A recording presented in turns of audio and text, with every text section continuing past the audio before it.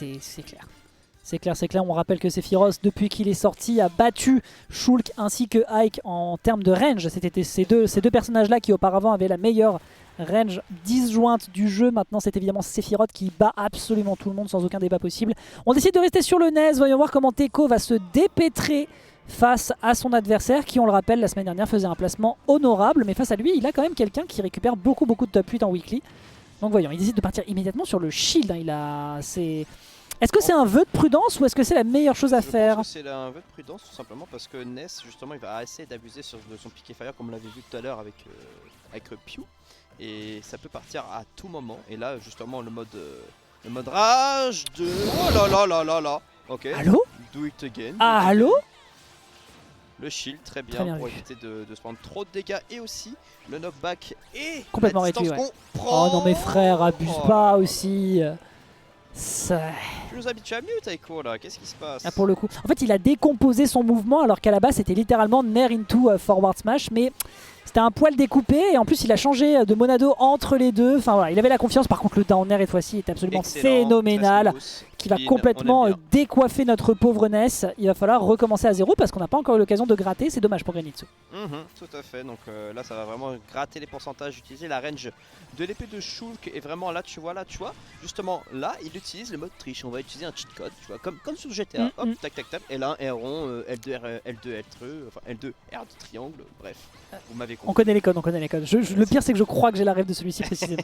Ok, bien joué ça encore une fois, hein, l'abus du nerf hein, qui va pouvoir couvrir l'entièreté des positionnements, enchaîné derrière par un bon fer avec un bon changement de rythmique et derrière c'est le air slash qui va complètement calmer le rêve de ce NES de pouvoir revenir. Malheureusement là, sans le Monado saut, il n'a pas le temps de le balancer et derrière il ne reviendra pas sur ce terrain. C'est dommage. Par contre il y a un Monado Smash qui est prêt à être décoché à 76, ça pourrait être le pire du pire, mais on tient le choc avec Grenitsu en rebondissant sur le bord de terrain, ça sauve un peu les meubles. Tout à fait, donc là vraiment il voulait vraiment essayer de catch la roll, un saut, vraiment être bien. C'est surtout qu'en plus de ça, on a une stock et 94% du côté de Ness. Et tu vois, là le mode shield a fait en sorte que il puisse éviter de trop casser les meubles, si je puis dire. Non, il a fait attention. Oui, il a fait attention à ce que ça ne soit pas trop dangereux. Et pour lui, c'est vraiment un mini cheat code. Non, il a le temps de s'en extraire. Hein. De toute façon, la seule solution que vous avez, c'est de mettre la DI down diagonale à l'extérieur pour essayer de vous en sortir. C'est vraiment le meilleur truc à faire pour essayer d'esquiver le piqué fire. Mais voilà, pour peu que l'adversaire l'enchaîne et que vous soyez pas assez réactif, bah vous savez qu'il y a beaucoup de pourcentages qui sont proposés. 115% par très deep. Gros l'overextend dans sa forme la plus pure jus qui nous est délivré par le joueur qui, je le rappelle, est un gros top 8er. Mais alors là, c'était vraiment le move de trop. Même je pense un 0-2 ne fait pas ça. Mais lui, c'est la violence. Il est comme toi, il est all-in. Ouais, c'est ça.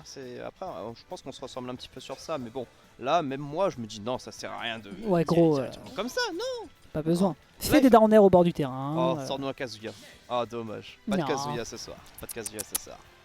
J'en ai trop mangé aussi sur Tekken, ça. Bah, en même temps, oui, le perso sur Tekken, on va rien dire. Alors, oui, en vrai, je comprends beaucoup plus. Je comprends beaucoup plus en quoi c'est plus intéressant pour notre joueur de Shulk. Il a un terrain large. Oui, dans les deux cas, c'est intéressant pour les deux, mais voilà, le terrain est large. L'adversaire va avoir un peu plus de mal à lui rentrer dans les gencives. On peut bien profiter de son disjoint pour pouvoir faire du spacing. Donc pour l'instant, la tactique est bonne. La grande question, c'est est-ce qu'elle est suffisamment traduite derrière dans les pourcentages. Pour l'instant, c'est le cas. C'est un bon taf. On va pouvoir directement agresser l'adversaire à 2 reprises dans le shield, réenchaîner derrière par un forward air. Et rien que comme ça, on empêche complètement l'adversaire de revenir sur le terrain en consommant ses ressources. Absolument phénoménal. C'est une feuille bien pliée pour l'instant du côté de Teiko. Ouais, c'est ça. Donc, comme tout à l'heure, là, il y a eu un échec et mat. Il savait que le NES pouvait pas remonter, donc il a préféré se suicider tout simplement.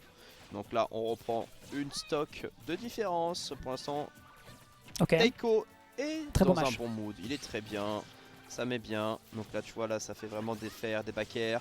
Ça va prendre le shield tout simplement pour éviter de prendre trop de dégâts à ce moment-là, tu vois. Donc, il sait que justement, NES, à partir de ce moment-là, ça peut faire des choses. Ok, jolie esquive. Mais ouais. Donc, il est conscient à peu près de ce quoi peut faire son adversaire. Là, la petite esquive au bon timing pour éviter de se prendre le back air était assez clean. Alors on est en speed. L'adversaire ne peut pas faire grand chose, hein. Les frame data sont extrêmement rapides. L'adversaire bouge comme ça n'est pas permis. Il peut faire des in-out sans aucune difficulté. Le kill est sécurisé, me semble-t-il qu'il a air dodge. J'ai l'impression qu'il a clignoté. Justement sur la petite caméra. Il a clignoté en direction du bord de terrain. Faut pas oublier que quand vous faites une air dodge in dans ces conditions, vous êtes un tout petit peu blink en direction du bord.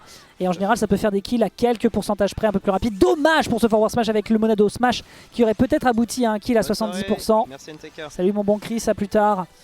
Et là ouais, l'exercice est hautement difficile. On reste bien à l'abri dans son bouclier du côté de Teco qui est à l'affût, qui sent le sang, la trace de sang sur l'adversaire tel Warwick. Et il veut une seule chose, c'est clôturer cette game avec un fantastique forwarder qui va tuer avec le Monadoso à 83%.